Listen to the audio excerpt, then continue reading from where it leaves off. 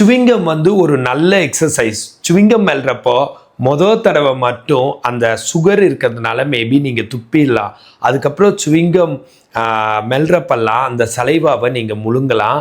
ஏன்னா சலைவா வந்து ஒரு பெஸ்ட்டு உலகத்தில் ட்ரீட்மெண்ட்டாக எடுத்துக்கிட்டால் கூட நிறைய நோய்க்கு பர்டிகுலர்லி சுகர் பேஷண்ட்ஸ்க்கெல்லாம் சலைவா தான் மெயினே. அப்படிங்கிறப்போ சுவிங்கம் மெல்றது உள்ளே இருக்கிற சுகர் மாதிரி பெரிய நோய்க்கும் யூஸ்ஃபுல்லு.